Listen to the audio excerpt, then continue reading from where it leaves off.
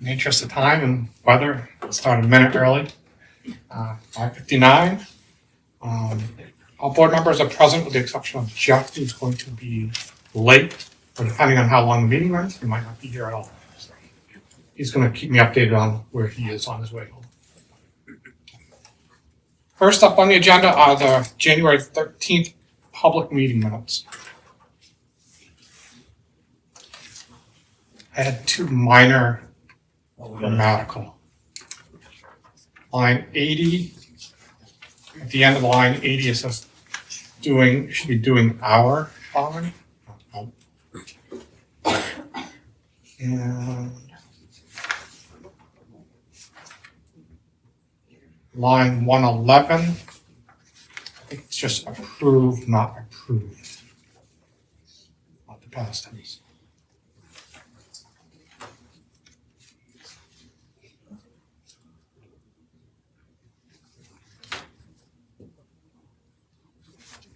Other edits. Do we have to get on the table first or no? I don't think we have actually in the past, did we? The minutes? A motion for the minutes? Yeah, don't we make a motion to accept? Not, I yeah, thought- but you normally, as amended after. Oh, okay. Do you make one? Make a motion to approve the January 13th, 2026 public meeting minutes as amended. Second? Motion a second, any other discussion? All those in favor of the motion, do so by saying aye. Aye. Opposed? I gotta abstain. All right, next up are the January 15th public hearing minutes. Make a motion to approve the January 15th, 2026 public hearing minutes. Second. Who's the second? Joe Donato. Edits, anything? All those in favor of the motion, say aye. Aye. Opposed? Abstain. And lastly, we have the public meeting minutes for just after that public hearing. Make a motion to approve the January 15th, 2026 public meeting minutes. Second? Second by Mark. Discussion? All those in favor of the minutes, do so by saying aye.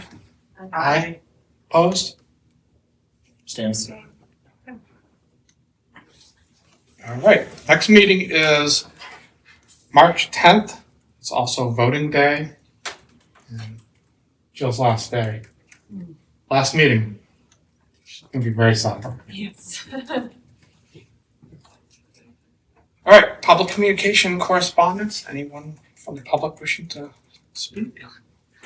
We also have a section at the end of the meeting as well. All right, and without further ado, we'll have a student club presentation.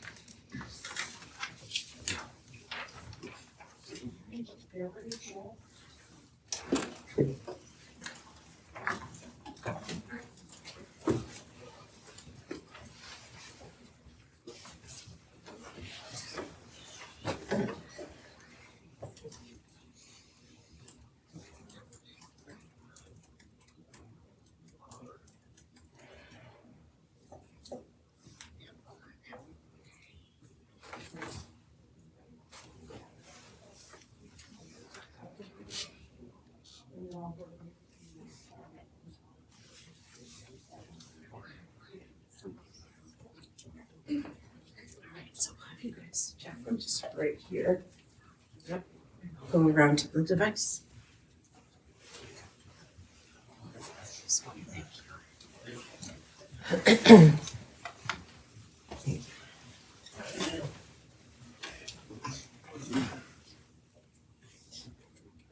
All right, hi everybody. So I have here with me Ms. Tilton, our fourth grade teacher, and two of her students. And they're going to be sharing about their experience with the LEAD program that we just finished up. It was a 10-week program, and they had a celebration a couple of weeks ago to culminate the end of the program. And they're here tonight to tell you a little bit about what they learned and what they enjoyed from the experience. Hi, I'm Miss Tilton. This is Lydia and Jack, two of my students. So we put together a slideshow of things that we learned. And these two friends are actually going to read through everyone in the class. They're kind of little short things, but just their takeaways from it. The kids worked really hard and did a really good job on this. So I'm going to turn it over to Lydia. I liked when we learned how to figure out our emotions and learned how to control them. I enjoyed Lead because we learned how to control our emotions. I set goals. Now I can play the trumpet well. I practice the trumpet with the goals I set for myself.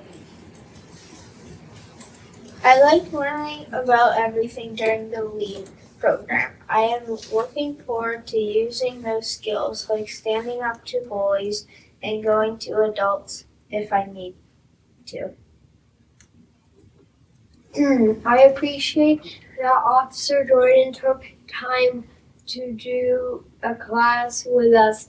I liked that he taught us how to make better choices. Lead was fun and the officer was nice. His name was Officer Jordan.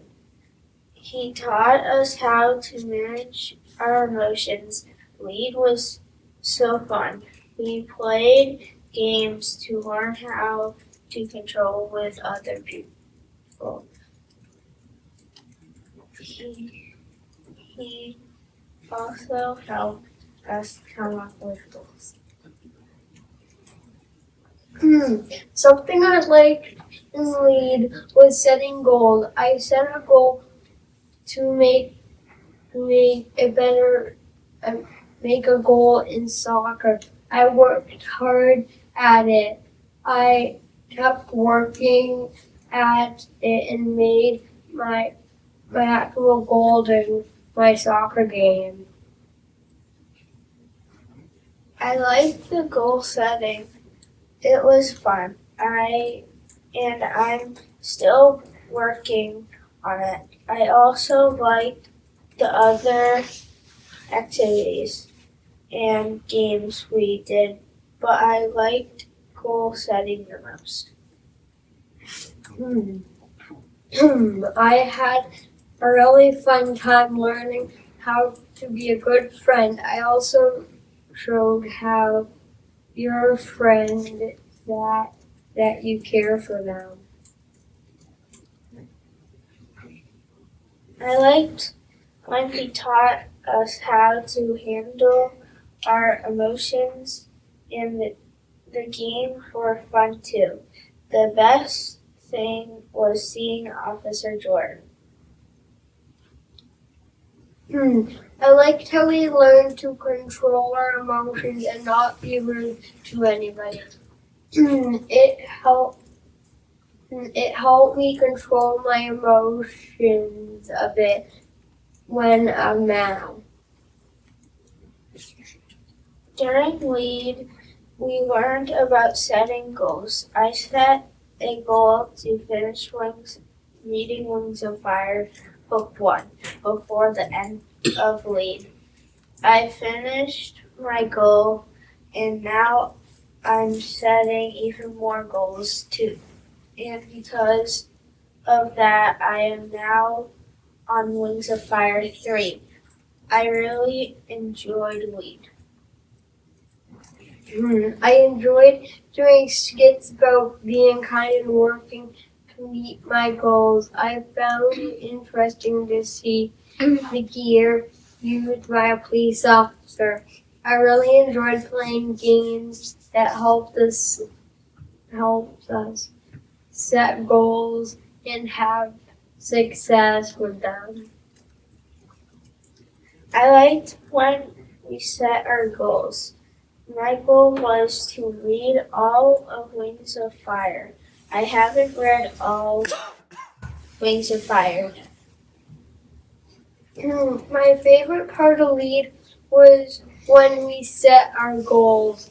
Mine was to get better at the fluke. I have gotten a lot better at it because I practiced more. Thank you also, Jordan.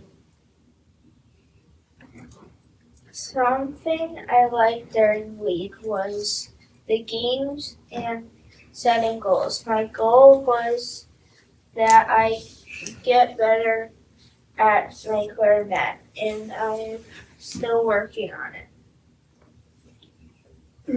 In lead, I set a goal to learn how to skate. I accomplished that goal, and I even started to play hockey. It's really fun.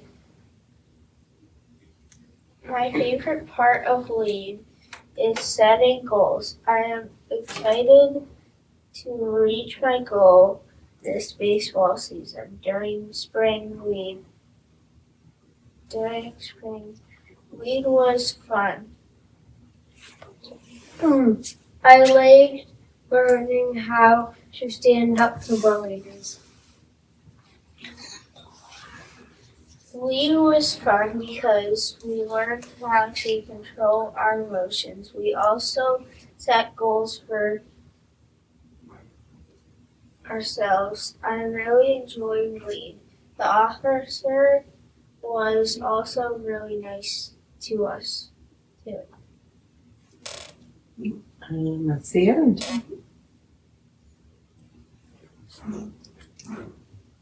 Nice job, guys. Thank you. Seems like everybody really liked the goal setting, but you guys also mentioned some games and things. What were those like? They were kind of some card games, kind of. They had like emotions, and you had to identify the emotion that someone was acting out. Fun.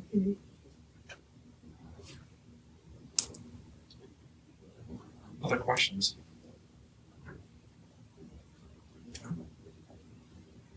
Thank you. Nice job, thank you. Nice job. Very well done.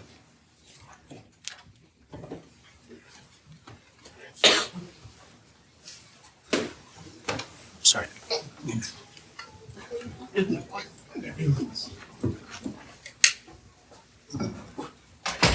Very full of stuff.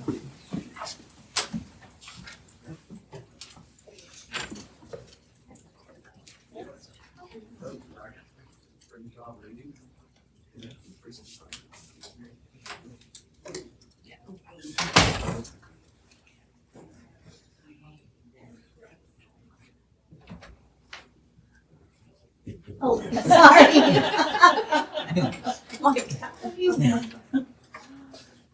Locker room. There you are.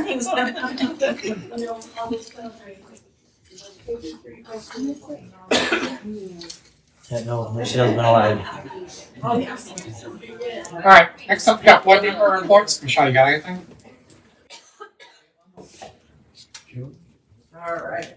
Just enjoyed watching a lot of basketball. Actually, and Jill, your daughter's rocking it. So that's fun to see. All right, moving on, we have the business administrator. So I do have the financial report in the packet. I'm happy to answer any questions. I tried to point out some of the highlights of the report. I'll be happy to answer any questions you may have that I missed. So it might be a dumb question. So just going with 1100 group. Is there another disbursement that comes from the town, or when there's 152,000 left in salaries, or is that for the fiscal year? So the 152,000 that's left, part of that is we've had some unfilled positions, Yep. and a lot of that is substitutes that we haven't finished paying yet. So Oh, that's the expected. that's what's left right now after I've encumbered. But of course, we can't encumber substitutes because I don't know what we're gonna use. Right. Okay. So that's what's left in that 1,100 salary. I think I asked this question before. The encumbered section is, I don't know, salaries or whatever for who is under contract or you know is going to be? So it's the teachers who are under contract, anyone under contract, and those that we issued letters of employment for, like our assistants, because we know how many hours they're anticipating working. But it would not include substitutes because we don't know how many days they would work. So I guess the next question would be that 152, for example. Mm-hmm. Are we comfortable with that at this point in the year? Well, no, because we still have substitutes that we're gonna be paying for. So when I do my year-end projection, Yeah. I will look at what we've been running for subs and then project out. Plus that salary also includes that unfilled 5th grade position. But I guess what I'm asking is, are we worried that we don't have enough to cover that? Oh, no. Okay. It's just a snapshot in time. I don't have any worries at this point. Hopefully you didn't put this in the summary, but I had specific questions on like 2129, 2150, some of these services Yeah. provide, those were over budget, correct? Or projected to be over budget? So the Like 2129, for example. 2129 is the other guidance services. So yes, the benefits are over budget because the person we hired to replace one that left took higher benefits than the other one. And then like 2150, 2162, those are services like speech service, contracted. Well, the 2150 is speech services. Those aren't contracted. Those are people that are employees. And again, there was Same thing. changes in what the benefit elections were Okay. that those people chose. And that's probably, if you run down, that's probably, it's the same for. For all the occupation. benefits, yep. Yeah. Okay. So I guess the overarching question is, at this point in time, it's a snapshot, but, we hear about these other districts that, they're over budget or they have concerns the rest of the fiscal year. We're okay? I feel that we're absolutely fine. Yeah, I'll be doing my year-end projection and that'll be coming up in March, April. Any other questions? Another update I wanted to let you know, I'm sure you've seen the job postings that have been going out. One of them is the part-time accounting clerk position. We had hired someone for that position. She worked with us for several months and then circumstances changed. She needed to find a full-time position. So she left us, so I'm looking for that position. And the payroll clerk gave me notice last week that she is retiring. So, yeah. So those are the two. So if you know anyone, encourage them to apply.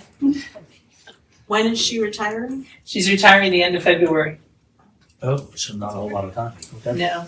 So the person that needed the full-time position, they wouldn't necessarily qualify for the. No.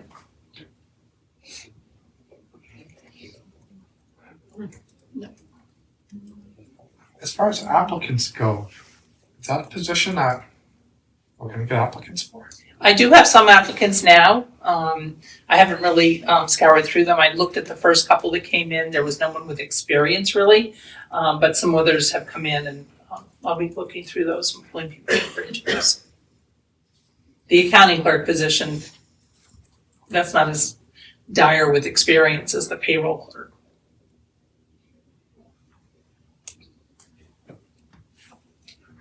Any other updates? Not for that. We have budget development though. Were you gonna speak to that? Sure. So I just needed to confirm, based on what happened at the deliberative session, I've been asked if we're going to actually fill that math position so I can get it posted. But I said that the board had to decide what they were going to do. Same with the athletic trainer, just want to confirm those two positions as they were mentioned on the floor during the deliberative. And we're going into hiring season, so. The trainer position is contracted service though. Right. But the math one would be a person. And you're asking because it's a bottom line budget, so Correct. even though, I mean, I would say yes, because that is what the people at the deliberative ask, and we have a history of not honoring that. So Is, that's is the math retiree, if I don't remember fully, that retiree come from our offer to extend that window, and I know that there was a couple of faculty that said that they would retire. Yeah, I think support this our- one came before that discussion took place. No, No, it did not. No, it did not. We had to. it came in Had to after. reopen. When you opened up and agreed to extend that deadline, that's when we got an additional retiree. Yeah. That's the position that was added back in on the floor, the deliberative. Where are you going with your Yes. question? So where am I going is, did that retiree come from our desire to look at the budget and to, I'll just say, do a reduction of force if we're making the choice to not do a reduction in force within that math department based on what the feedback that we got from the public. Is that individual, should we offer the olive branch to that individual to then not retire? I don't know. It seems. Do that?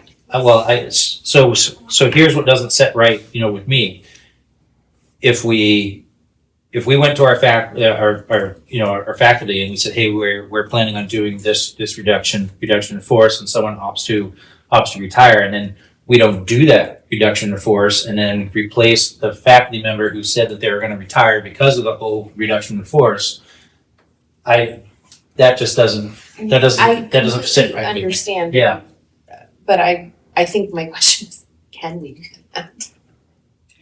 So clearly, if we were to post a position, if we were to get notice that the individual who's interested in retiring would like to do another year, then we clearly would be taking that into consideration. What our process is, if there's a vacancy, which there is now, is we would post it. Okay.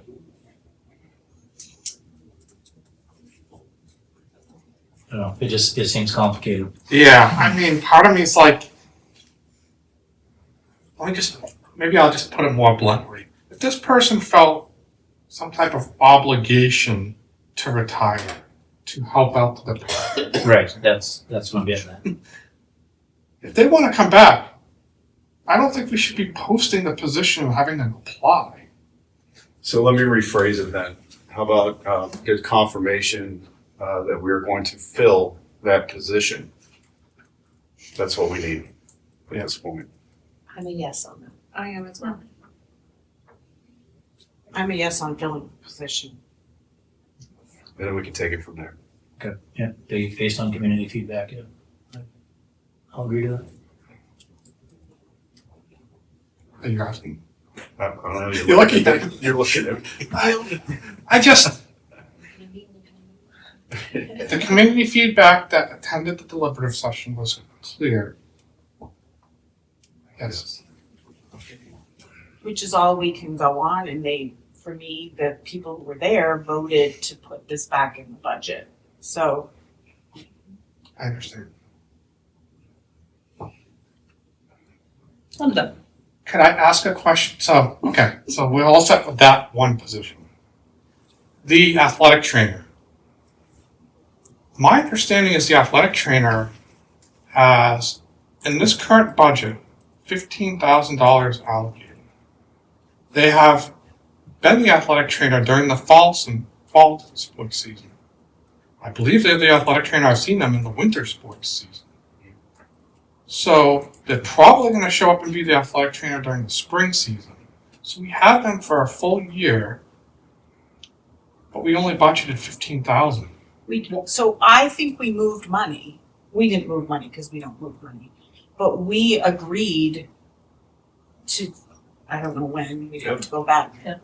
Yes, we budgeted 15,000, but then we as a board, because we had this individual, did 30,000 to make it 45. I believe it was 34. So yeah, we 30,000 from unexpended funds, or we have money in the budget to cover. no, Oh, no, Mr. Oh, we Bellier formally- found saved, Yeah, came in. he had savings his own in budget. other lines. He didn't purchase some supplies.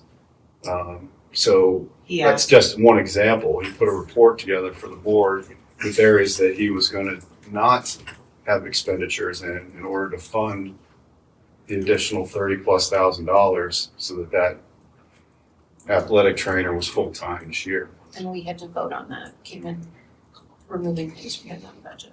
I believe. If I remember that correctly, voted on that. So as for a line, it was $15,000, but there were savings in other athletic lines that made up the difference in order for that position to be full-time. so So- what are you asking? So I figured you'd know what I'm asking, but I'll say it verbally as well. Oh. We found a way to fund this year. Why couldn't we just do the same next year? Why did we have to formally add to the budget, basically? That's why I did not support the position. I did not raise my hand to support the position because we figured out how to do it this year. Why can't we just figure it out next year? So that's my only point. And I realized Keeman had to give up other areas, but that's what he as the athletic director chose to do. Part of me feels like he could have figured out a way to do it next year too. Well, we also made him, we also had him come back and level fund everything. I mean, I hear what you're saying. I'm just saying, we also approached budget development this year and said, okay, everybody's either level or below, so.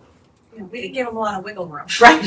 And I think that when Keeman came to us to say, this is what I'm taking out of my budget because I want this, it was sort of a gamble for him to have to bring this to us and hope that this went through during budget season so that he didn't have to keep taking things away from other areas of his budget. Which we made him do anyway, so. So was there a question about that position as well? Moving forward? Like, what we're gonna, I assume we're gonna do this. No, I'm just looking for the board, just because we'd love to be able to either secure our current athletic trainer or at least work with the organization that we contract with to say we're in for next year. But I want to make sure that the board is okay with that. Yeah, based on the community feedback, yep. Great. Sounds good. Thank you. I had a couple other, so do you have anything else for the deliberative session? There were a couple questions. One was, I don't know if it was Woody that asked about the unfunded mandates, or maybe it was wrong. Somebody asked about, Woody, What you did. I know it's hard to come up with that, but there are things that we are funding that the state is not providing support for, right? Why can't we come up with a list that we can post on our website to say, these are the things that we're funding that we're just not being funded from the state for? You know what I mean? Like transportation, for example, for the CAC? Vogue. Yeah. Okay. They're supposed to fund that a certain amount and they're not doing it. correct. We could post what we're paying, what the taxpayers are paying. Well, it's not the transportation, it's the tuition Okay. that they're not paying. So when I get that information, I can post that. I mean, there's got to be a lot of situations like that. Right there Was it where kindergarten an unfunded mandate? No, No. Oh, they came back and did something about that? no, that was a decision, a local decision in order to have full day kindergarten. That was a mandate from the state. Full day's still not required. No, they only provide funding, right, for half day. I was just hoping that there was a way we could come up with some type of list, because his question was a valid one. It is, but some of the stuff are just pieces and components. So how do you break out a portion of the day that is the unfunded mandate that we have to pay? I don't know. Yesterday. How long does it take to do certain things? I'm not sure. I'd have to check with the teacher. So do you have an idea on that? You know, I mean, I'm not looking to create more work for people. It would be nice to be able to, and we're going to get into this, I think, with the legislative discussion later too, but part of me feels like we owe it to the community to show what we're dealing with and what is not, us pushing. It's not like the school board's trying to spend money in crazy places. We're required to do some of this stuff. So, I mean, the only thing we could do is take whatever big chunks we know we don't get full reimbursement from. Cause, I mean, I don't think you can, well, I wouldn't be in support of trying to figure out how many hours is X. Yeah. But, I mean, you could look at special ed is easily an unfunded, a full 100% unfunded mandate. Yeah, I don't know. I mean, there's lots of things. I don't know how you, I don't know how you carve it out. And we already report in the annual report, we're required to report what it cost us for special education in the prior year and how much we received back from the state and federal. So that's already in the annual report. So then you just, that difference is the Right. unfunded piece. Right. I just don't think we've ever framed it that way. Yeah, and I don't think people would make that connection, looking at those line items.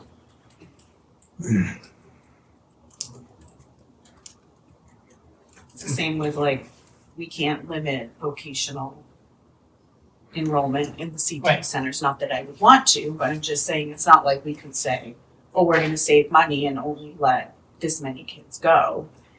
But yet, I don't know, I mean, yeah, it's unfunded, but Right, because the more students that go, the less the state has to divvy out to Right. cover the students that are going, so the less they pay the receiving district and the more the sending district has to pay. I mean, the bigger thing for me is more what we get per pupil. So you're required to do all of these things, and yet you're only funded for this much, but the cost is X. So, I mean, those are all good points that I wish we could kind of well, put on I mean, paper.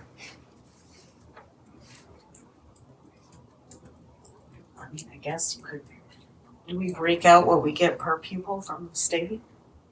I mean, I've toyed with the idea of going, and I know other districts have done this, where they basically said, hey, if the cost per pupil that the state is providing is this, if we were going to operate a district on what they're providing, we're no longer doing this. Like, it'd be nice to be able to show people how underfunded we are to provide what obviously the people during the deliberative session want from this district. I don't know. We don't know where, but I just wanted to bring that up. So. And then I guess the only other takeaway, probably had a ton of them, but the other big takeaway I got was the question from, I think it was Jim Miller, about outcomes and the percentages and such. I know the governor in her, state of the state speech or whatever talked about education and outcomes and proficiency and stuff, and I wish, this is just my personal opinion, I feel like we need to have some type of objective way of showing how we're doing as a district, not just the senior class, the graduating students, but how we're doing as a district. And I know that test scores aren't the end all be all, but what else do we have? I don't know what else. I hate having to answer that question, but I didn't have a good answer to that question. And that's interesting because a district that doesn't have Senate Bill 2 and therefore doesn't have a ballot doesn't have to produce that information. Sure. None of that stuff's surprised. I don't think about that. If you need to see the data, that's the report that Beverly put together, her curriculum report. It has all the SAS data on it that was presented to the board. That's all available. I think the hard part for me is that test scores aren't everything, but I don't know what the other objective measure is. Because you're essentially wanting numbers, but that doesn't equal success of students per se. So I don't know what that other measurement. I mean, like Michael says, like the graduating students, 100% of them have a plan. I can get behind that. I can support that, but I don't know what that means to our fourth graders and our sixth graders. How are they doing? We don't know if they have a plan yet. 2 years. So in our strategic plan, there's 4 key performance indicators. Graduation rate, post-secondary articulation, as well as your math and your language arts proficiency levels as a district. So in our plan, we have four measurements. But if we're going to go by our strategic plan, then we're going to put an emphasis on those proficiency numbers. I mean, I don't think anybody has, would have an expectation. I mean, if you, just for purpose of the conversation, if we look at, math and ELA, no one's gonna have the expectation that, we're at, 90 or 92 or 90 or 95% proficient. But it's one of those things where you know it's unacceptable when you see it. And what he was talking about, I mean, when I look at those numbers and you look at some of those the grades and you track them, year by year, and some of them are dipping down to 13%. That's where you know when you see it, when you say, hey, this is a problem. Again, I don't know what the number that we should be shooting for, is, but I'm in your camp, Sean. We need to have some goals that we strive to hit. Yeah, and I don't know if there's a number, but I'd like to see improvements in the numbers at the very least. I don't see them go down. Right. I mean, and with any class, I mean, you're never going to be able to sustain improvement on a year-to-year basis. You're always going to have some ebb and flow. You're always going to have. I mean, as much as we never want to see it. I mean, there's going to be another COVID group. But it's going to be named. It's going to be named. Something else, and we'll see a big, a big drop. But we also need to accept and understand that as they get to a certain point, whether it's 50 or 60 or 70, 70% proficient, it's gonna flatline, because that's going to be the best, the best that we can do. Can I mention something to this too? I'm one of the things that kind of isn't rushing for me is that we're looking at these numbers for the standardized testing, and as a district, like for math example, and I know you had mentioned this, Mark, that we're like right there with the state guidelines, but even the state overall is pretty low. But if we look at these numbers, like as the district as a whole, this isn't just the high school, it's not just the middle school. I don't know if this is possible, it might be a ton of work, but if we look at like maybe grade by grade or school, because the other piece of this is with a special ed program, we were told that the need had gone down, the need for special ed services. And are we meeting our student population with the interventions that they should be getting earlier on, so elementary, middle school, to kind of meet like where we would like to see these numbers? Are we sure that those interventions are happening for the group of kids that need them at the younger ages? Does that make sense? Yeah, I mean, I think we have those conversations and we've had presentations on those things. I don't know if it's working. I mean, it sounds like the people that present, they're working hard, they're showing some improvement, but I don't know if that's carrying over to, say, proficiency scores. And we continue to show improvement, particularly with the subgroup that you're referring to. So, which means that the interventions we have in place are working. Can they always be better? Absolutely. We could be having this conversation 10, 15 years down the road too and say, could the interventions potentially be better? Yes, probably. But I wonder if there's more kids that are actually in need of the interventions that are actually receiving them. I'd say that's a conversation that happens at each building, particularly around identifying students that need those interventions and providing those interventions as necessary. I think it goes back, so let's go back to the percentages for expectations. Tie you right back into our strategic plan. So we establish as to what our expectations are. For reading achievement, 41 to 60% meets expectations. That's percent proficiency. 61 to 80% exceeds expectations. 81 to 100%. significantly exceeds expectations. We have the metrics in place to determine whether we're meeting expectations or not. Same thing with math. Math meets expectations 41 to 60, exceeds expectations 61 to 80, significantly exceeds expectations 81 to 100%.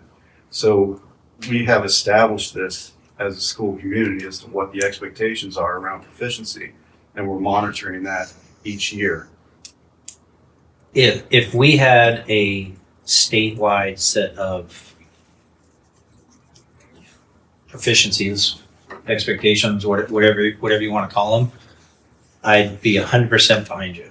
On with those numbers and within those rubrics. But the problem is with proficiencies is that every district was just told to come up with a set of proficiencies, and we have no idea how our course proficiencies, how rigorous they are compared to compared to the other ones. So some of that stuff is really only within our microcosm. You're referring to competencies, not proficiencies?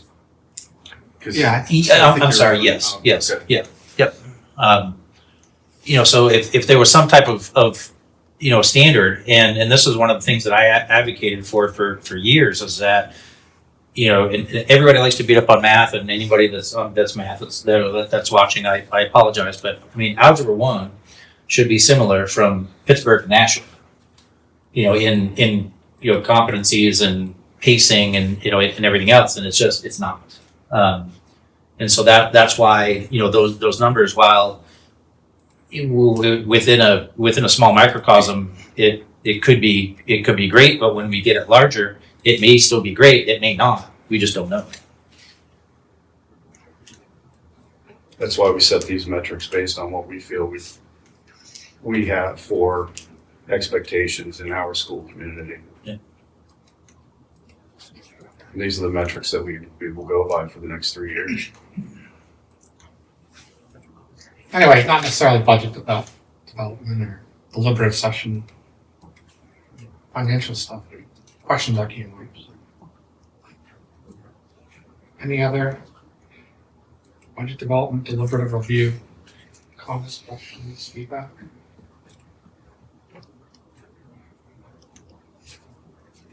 All right, superintendent updates. I have 2 updates for you. Speaking of the strategic plan, the survey closed that went out to students, staff, and families. I will have those results for you and a summary, one of our meetings in March. The other update I have is that, as you're aware, we've had a evaluation committee that's been meeting over the past 2 years, and this was the first year that we had piloted a new evaluation tool. And the committee had met on Monday of this week to come forward with a recommendation of changing our evaluation tool to Thoughtful Classroom. And there'll be a presentation to this board as well as a presentation to the SREA, our association, because this is something that would be part of negotiations, particularly when it comes to reduction of force language. So pleased to share with the board that positive outcome of the pilot, a lot of positive feedback, and what the steps will be in moving forward. So in the future, you'll see a presentation regarding that evaluation tool and how we're utilizing it. Those are my 2 updates. Questions for Michael? All right, thank you. You're welcome. Continuing business, legislation or involvement. So, I think Alice and I spoke with Michael about this a little bit, wanted to put it on the agenda, but obviously there's a lot going on at the state level, and I don't want us to overlook some of the changes, and I also know it's a big ask for like all of us to be involved in hundreds of bills that are taking place. So we talked about ideas on how we can be involved as a board, both at the state level, but also amongst ourselves as well, so we know what's going That cover the topic. I think the only other thing was that, we had sort of talked about maybe there would be not a subcommittee, but like an appointee maybe for, who could maybe provide like a quarterly update or something like that, or if there's something very pertinent, obviously, an urgent, whatever. I'm not entirely positive what I'm trying to say here, but yeah, Sean and I just sort of felt like there's a lot going on, and it doesn't help to kind of hide our head in the sand. Is there any way that we could divvy up some of these bills, and if we're all, reading a small group of them, I don't know, report back and say, hey, this is I foresee this as a big deal. I think some of that just gets difficult because there's not always a consistent number of education bills at any given time. So it's a great idea, but Yeah, I'm just throwing spaghetti at the wall. I don't. Yeah, I get it. That's kind of what we're doing. I mean, I know Sean and I have brought this up multiple times over the last year too. So it just. What are we looking for something different than what the School Boards Association sends us for updates?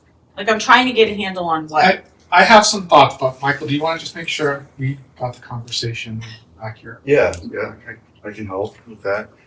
To your point, Mark, during any legislative session, you're anywhere above 200 to 300 bills that impact education. So trying to divvy up that, you're talking about a lot of bills to review and summarize.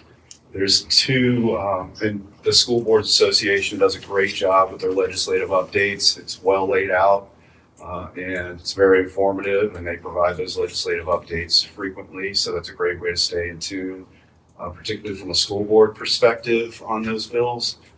They're a great resource that we're members of. I think if this board is looking to get more involved, there's two ways to approach that. That is either establishing a legislative subcommittee where we would have, a couple members of the board as part of the subcommittee. You're also, if that's the case, you're subject to the formalities of posting those meetings as well as taking the minutes. And I think the other approach is a legislative liaison, where a school board appoints one person to be the board representative for following bills and reporting out to the board and getting feedback, particularly if this board wants to make a statement or develop testimony regarding the bill. So there's two ways to approach it. That's what I believe we're hitting on. And I think the sort of, when we were having this conversation, it was, we more thought that, that either this legislative liaison or subcommittee, depending on what the board wants to do, could potentially help write, like that letter that we all got sent, with like opinions and things like that. We can form an opinion as a board to do that. So I think that was more the goal of this. I hope that answers your question. And again, and to follow up on your question as well, part of what I was thinking, just thinking out loud, but like, I know you've done work on, these are some of the big bills. These are our constituents, how they voted on these bills. Like, boy, it'd be nice to have, like, how did our, Belmont and Canterbury reps vote on these? We could do that. I mean, we have that information. It's a lot of work, so it's a lot of work. So I don't volunteer to do it. So you're taking me off the list of volunteers. So It's a lot of work I don't disagree with the concept. I just know I get a lot of legislative updates. And it's a lot of work to sort through. So I'm not opposed to it. I just know that there's no way I could take that on. I mean, not that you're asking me to, I'm just being really upfront. Please don't assign me to that committee. It's a huge task. I mean, I within your position, even with mine, within the Building Officials Association, and now that, there's a ton of new legislation on a yearly basis. But we have a lobbyist or a lobbying group through the NHBOA. And I guess so does public ed, but. I mean, I do agree, I hear what you're saying too, because like we haven't been able to talk about where would we be on some of these bills as a board, so we're not we're not weighing in on the impact of Shaker, Yeah, on Shaker. So we got that email about open enrollment, folks could sign it. Right, And I sent out an email saying, I signed it as an individual, Right. I think that was the idea, they weren't looking for the board to have anything, they were looking for individuals to sign. So I said, feel free to go sign it, but Right. I am worried about situations where, hey, maybe it'd be good for us to testify, or at least write something up, but I don't think we should, I or Alice or whoever, shouldn't just write something up and send it without getting the board's approval first, so there's some coordination as well that has to take place. I'd say keep your eye on the school boards associations updates, legislative updates, and if something stands out to you. I could also bring something forward to the board if you feel that you need to form an opinion or testify on it.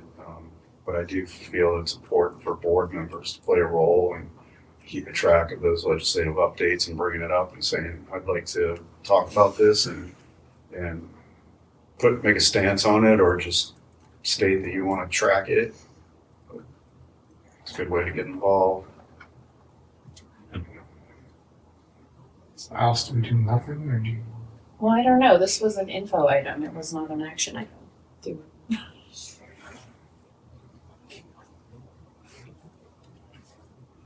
Is there anyone that would have an interest in doing all this work, which we know is a lot of work?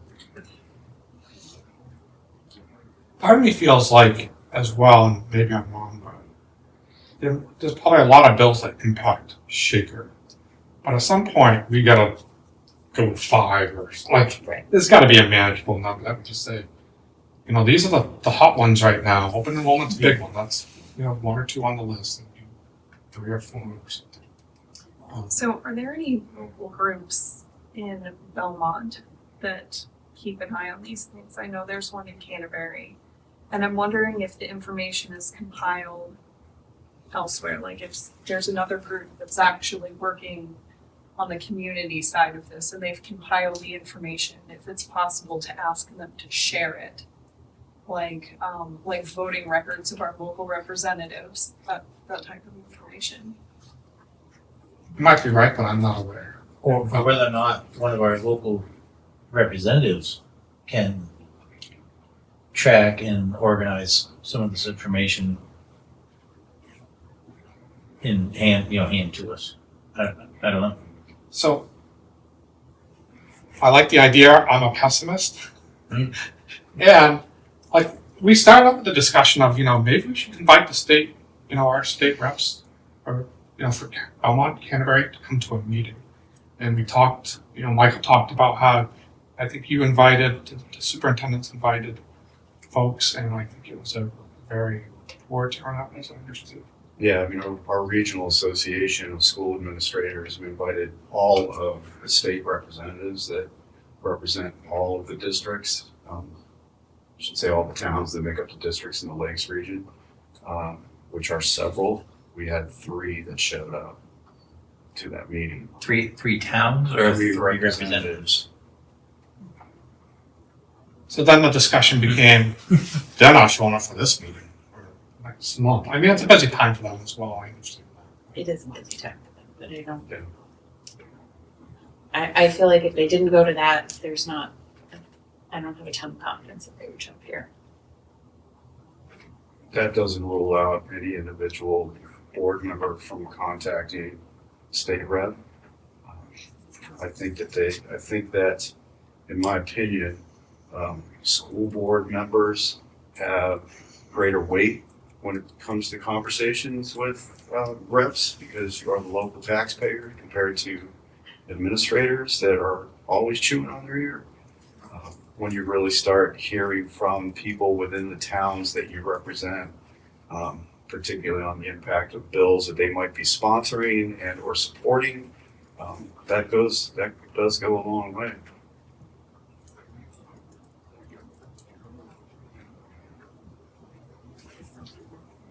We're going with this.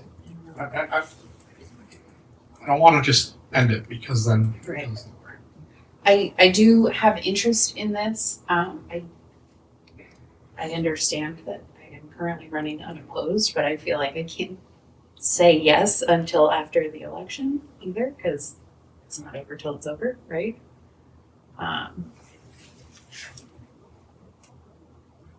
So as a takeaway, can we just, I don't even know if it needs to be an action item or whether it's the board chair just appointing somebody, but after the election, we should appoint somebody to do this if we have a willing participant. Realizing, again, I'm looking for, these are 3 or 4 topics that I think we should be involved with, not 50 of them, it's ridiculous. So we could put it on the horizon for the second week That of sounds March. I don't want to do nothing. Right. Yeah. Do nothing. I just don't. Understood.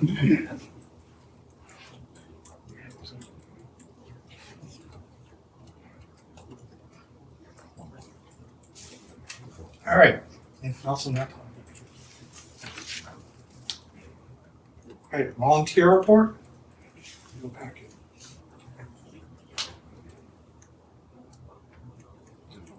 in. Make a motion to approve the volunteer list as presented. Second?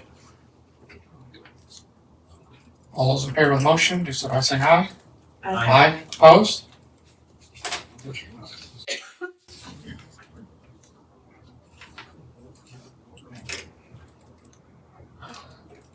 All right, enrollment report, also in the packet.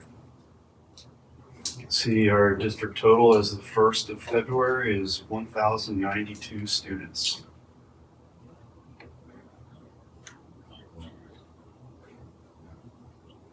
Eight students fewer than the previous report.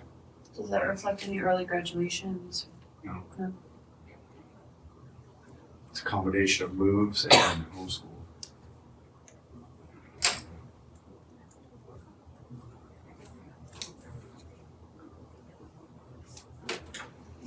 All right, next up is on the horizon.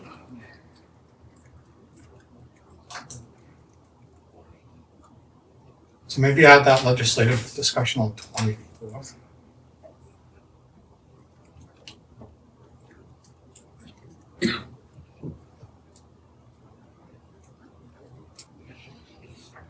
Anything else anybody would like to be added? Now we come.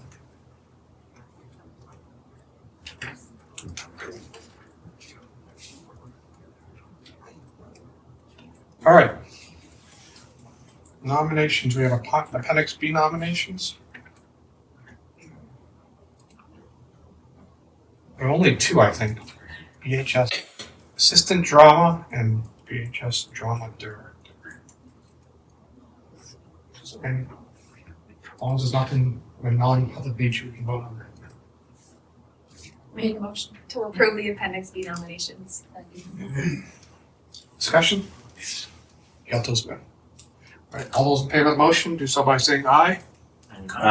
Opposed?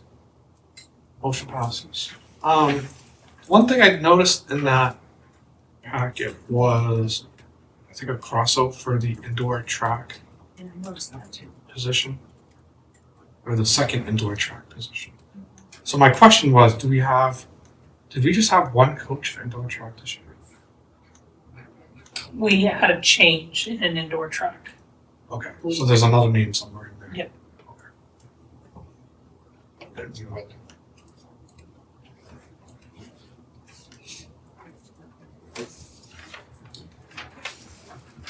All right, public communication and correspondence.